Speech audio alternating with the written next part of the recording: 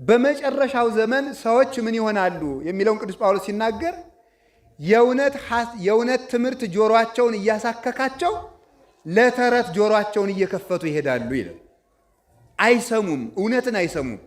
ለስሜታቸው የሚመቻቸውን መምህር እየመረጡ ያንን እየተከተሉ ይነጉዳሉ። ቅዱስ ጳውሎስ ሲል ሁለተኛ ጢሞቴዎስ ምዕራፍ 3 ቁጥር 1 ላይ ሲናገር ነው።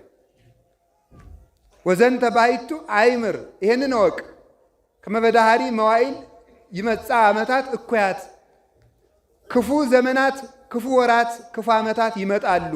ልጄ ጢሞቴዎስ ይሄን እወቅ። ሰብእሰ ይከውኑ መፍቀሪያነ ርእሶሙ ወንዋይ፣ ሰዎች በመጨረሻው ዘመን ራሳቸውን ይወዳሉ። ራሳቸውን ከወንድማቸው ከእህታቸው አስበልጠው አይደለም የሚወዱት፣ ከእግዚአብሔር አስበልጠው ራሳቸውን ይወዳሉ። ሰዎች ከእግዚአብሔር አስበልጠው ከእግዚአብሔር ሕግ ይልቅ ለራሳቸው ክብር ይሰጣሉ። ገንዘብን በእግዚአብሔር ተክተው ይከተሉታል። ውጹአን እምጽድቅ፣ ከጽድቅ የወጡ ጸላእያነ ሰናይ፣ መልካሙን የሚጠሉ ዝሉፋን፣ የተሰደቡ እለ አልቦሙ አኮቴት፣ ምስጋና የሚገባውን የማያመሰግኑ የማይመሰገነውን የሚያመሰግኑ ራሳቸውን እያመሰገኑ እግዚአብሔር ያመሰገናቸውን ደግሞ የሚነቅፉ በመጨረሻው ዘመን አለ ሰዎች ምስጋና የሌላቸው ይሆናሉ። እግዚአብሔርንም አያመሰግኑም፣ ሰውንም አያመሰግኑም። ቅዱስ ዮሐንስ አፈወርቄን ሲተረጉም ገንዘብ ለሚወድ ሰው ገንዘብን እንደ ዝናብ ብታዘንብለት እንኳን ልቡ አይሞላም ይላል። ምስጋና የለውም፣ እግዚአብሔርን አያመሰግንም፣ በቃኝ አይልም። እግዚአብሔር ያደረገለትን ሳይቆጥር ያላደረገለትን እየቆጠረ ያማርራል ማለት ነው። እንዲህ የሚያደርግ ትውልድ ይፈጠራል።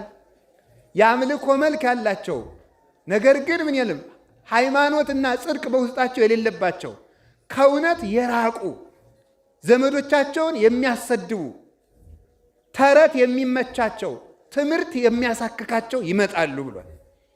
እንዲህ ያለ መምህር የማይለይ ስለዚህ ሁላችሁም መምህር አትሁኑ ብሏል። ያዕቆብ በመልእክቱ ሲናገር ሁላችሁም መምህር አትሁኑ እስመ ቅሩሙ ሙስናነ በዲበ አንቀጽ፣ ጥፋታችን በደጅ እንደቀረበ ታውቃላችሁና፣ ሁላችን እንደምንሳሳት ታውቃላችሁና ብሎ ይነገራል። እና የቆሮንቶስ ሰዎች እውነትን ከሐሰት ሳይለዩ ጳውሎስ ሲመጣ ጳውሎስን ማድነቅ፣ ቅዱስ ጳውሎስ ሲመጣ ሌላም ሲመጣ ያማረግ፣ ግራ ሲመጣ ግራ መዝመም፣ ቀኝ ሲመጣ ቀኝ መዝመም። እንዲህ አለ አትሁኑ። እውነት አንድ ነው፣ ራስ አንድ ነው፣ አንገትም አንድ ነው፣ አካልም አንድ ነው።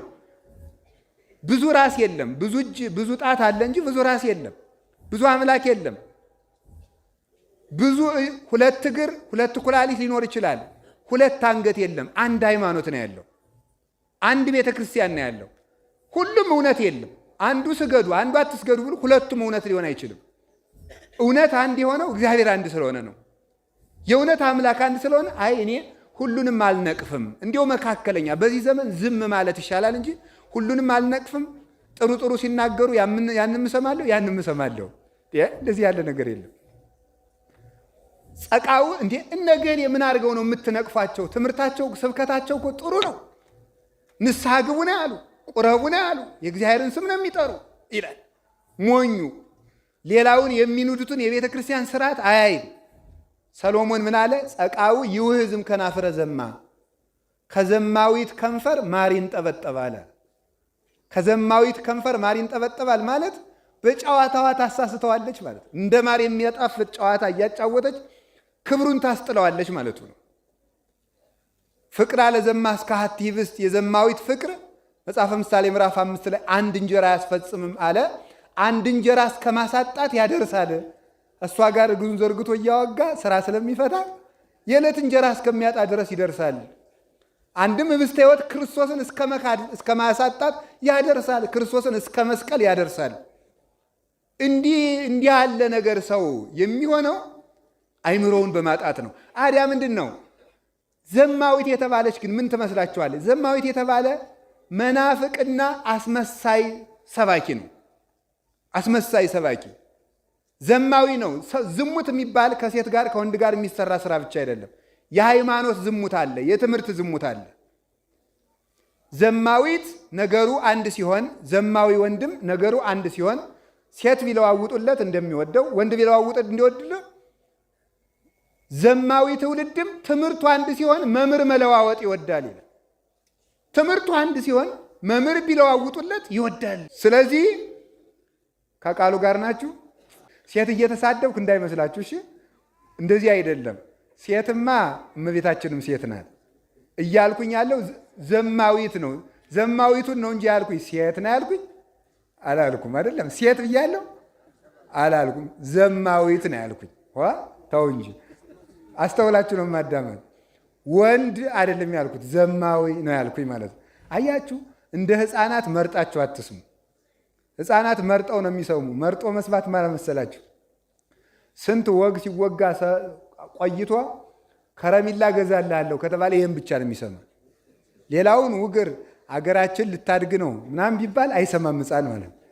የሚሰማው ራሱ የሚፈልገውን ብቻ ነው። ስለዚህ መርጣችሁ አታዳምጡ። እና ዘማዊ እንዲያውም ሴት ብቻ አይደለም እኮ የሚዘሙት፣ ወንድ አያመነዝርም እንዴ? ያመነዝራል። እንዲያውም አንድ ነገር ልንገራችሁ።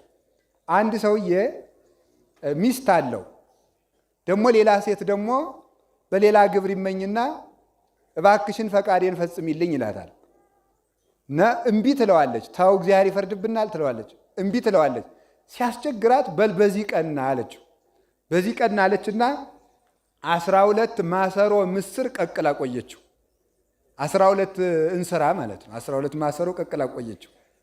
ኋላ በይ መጥቻለሁ እንግዲህ ፈቃዳችንን ፈጽም ሲላት ቆይ ፊት ምሳ እንብላ አለችው። ምሳ እንብላ ስትለው እሺ ብሎ አንዱ ከአንዱ ማሰሮ ጥቂት ምስር ወጣና ቀመሱና ከዚያ ተመልከቱ ደግሞ ቆይ ሆዱ ሳይሞላ ደግሞ አንሺ ብላ ሰራተኛይቱን ደግሞ እዚያኛው አውጡ መቅመስ፣ ደግሞ ሳይጠግብ እዚያኛው ማሰሮ ደግሞ አምጡ። ምን ዝም ብላችሁ የመጀመሪያውን አንበላም? ያው ምስር ወይ ሌላ ነገር አታመጡ። 12ቱ ሁሉ ያው ምስር። እስቲ ያው ምስር በሉ። ከዚያ ምን አለ መሰላችሁ? አይ ከማሁ ተፈጥሮ ተለኩላ አንስት፣ እንደዚሁ ሁሉ የሁሉም ሴት ተፈጥሮ እኮ አንድ ነው። ሞኙ ሚስትን ጥለ ለምን መጣህ?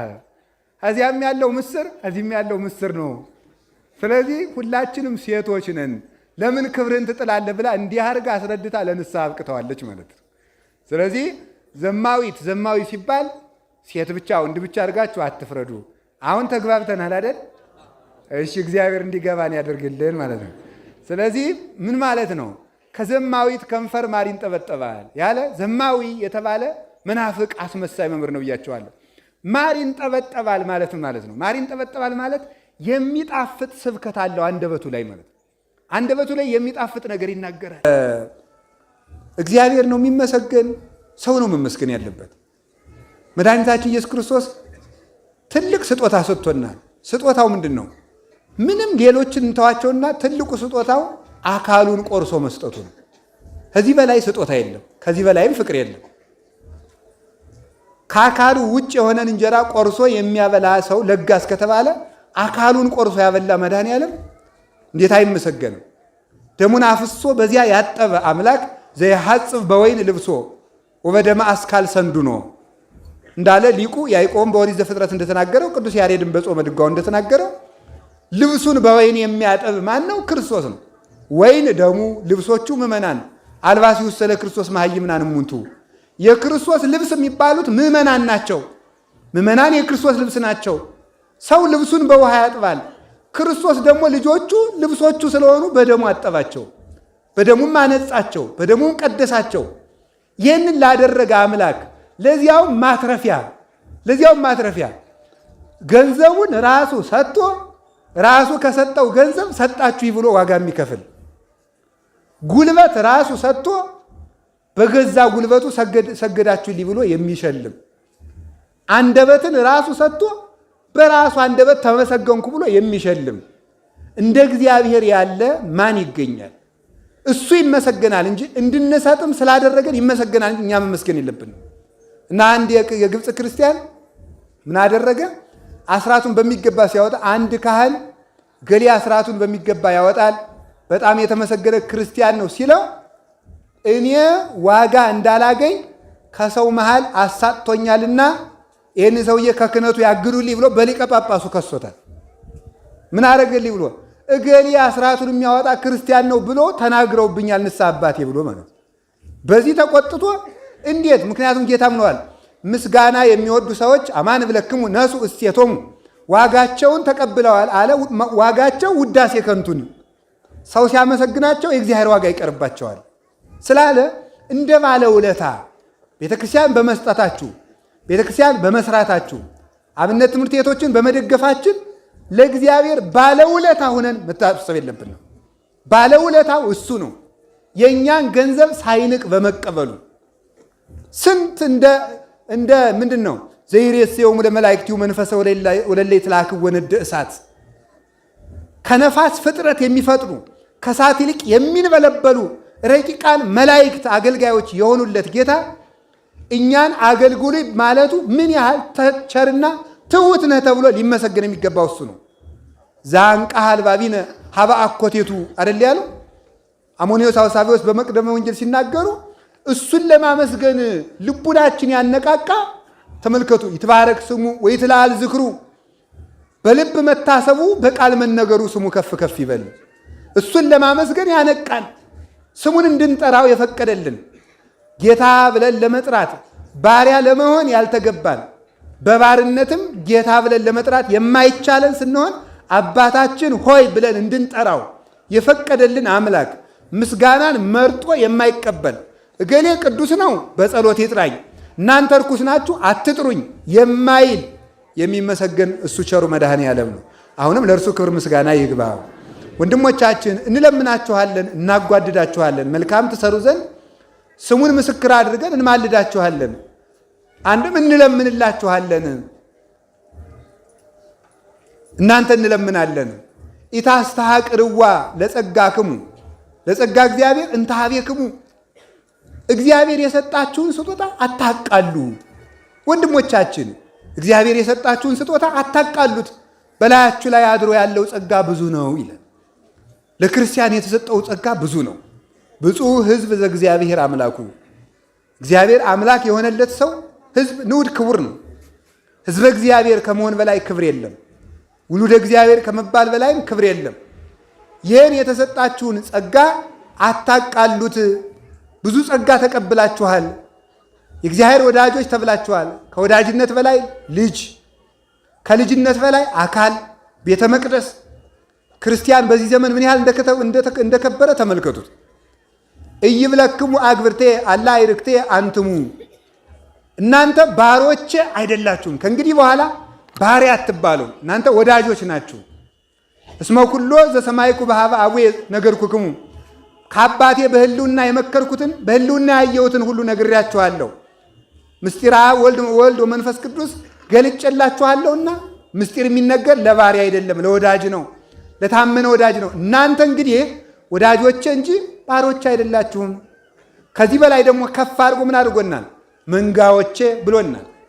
የክርስቶስ መንጋዎች ነን። መልካም እረኛ እሱ ያለን። ከዚህ አውጥቶ ምን ብሎናል? ልጆቼ ብሎናል። ወዳጅ ስላችሁ እስመ ገብር ያምር ዘይሬስዮ እግዚኡ፣ ባሪያ ጌታው የሚያደርገውን አያውቅም። ለሌላ ይሸጠው እንደሆነ እሱ በ50 ብር የገዛውን ባሪያ ለሌላ በ100 ብር ይሸጠው እንደሆነ ባሪያ ጌታው የሚያደርገውን አያውቅም። እናንተ ግን የሰማይ ርስት እንደማወርሳችሁ ነግሬያችኋለሁ። መጨረሻችሁ የታወቀ ዋጋችሁ የታወቀ እስመ ብዙ እሴትክሙ በውስተ ሰማያት፣ በሰማይ ብዙ ዋጋ ያላችሁ በስመ እግዚአብሔር የከበራችሁ ናችሁና እናንተ ባሪያ ሳትሆኑ ወዳጅ ናችሁ፣ የሥላሴ ወዳጅ። ከዚያ በላይ ደግሞ ምን አለ? አይ ልጆች ናችሁ፣ ደቂቅዬ እናንተ ልጆች ናችሁ። እንግዲህ የሰው ልጅ የሥጋና የደም ልጅ አይደላችሁም፣ የሥላሴ ልጅ ናችሁ እናንተ። ሰራተኛ ቢሆን ነግሬያችኋለሁ፣ ወዳጅም ቢሆን ምክር ይካፈላል፣ በልቶ ጠጥቶ ይሄዳል እንጂ ርስት አይወርስም። ርስት የሚወርስ ግን ልጅ ነው። እናንተ ልጅ ናችሁና ርስት ተወርሳላችሁ። ምን አለን ደግሞ? መቅደሶቼ ናችሁ አለ። እናንተ መቅደሶቼ ናችሁ፣ ውዬ የማድረው በእናንተ ነው። እናንተን ማደሪያ አድርጌ አድራለሁ እውላለሁ። ተመልከቱ፣ እውነቴን ነው። ሰው ምን ያህል ክቡር እንደሆነ ሰው ምን ያህል ክቡር እንደሆነ። አንድ ባለስልጣን የተቀመጠበት ወንበር እኮ ይከበራል። የክርስቲያኖች ሰውነት እኮ የእግዚአብሔር ዙፋን እኮ ነው። የአብ የወልድ የመንፈስ ቅዱስ ዙፋን ነው። ከዙፋን በላይ ደግሞ ከፍ አድርጎ ምን አለ? አካሉ ደግሞ አደረግን። ንሕነ አባል ወውእቱ ርእስ አለ። እሱ ራስ ነው፣ እኛ አካል ነን፣ ሕዋስ ነን አለ። ተመልከቱ። ትፈቅዱኑ ትረስይዎ ለአባለ ክርስቶስ አባለ ዘማ። አካላችሁ እኮ የክርስቶስ አካል ነው። የክርስቶስን አካል ወስዳችሁ የዘማዊ አካል ለምን ታደርጉታላችሁ? እጅ እግራችሁ እኮ የክርስቶስ አካል ነው፣ የእናንተ አይደለም። ደም ተከፍሎባችኋልና የራሳችሁ አይደላችሁም፣ በዋጋ ተገዝታችኋል ይላል ቆሮንቶስ 7 ላይ ሲናገር ቅዱስ ጳውሎስ በዋጋ ተገዝታችኋልና የገዛ ራሳችሁ አይደላችሁም። ስለዚህ ከራሳችሁ ነፃ ውጡ፣ ለራሳችሁ ሙታችሁ ለክርስቶስ መኖር ጀምሩ። የራሳችሁ አይደላችሁም። ሰው በገዛ ራሱ መብት የለውም፣ ለክርስቶስ ነው ሊኖር የተፈጠረው። ይሄን ነው ቅዱስ ጳውሎስ ያደረባችሁን ጸጋ አታቃሉ።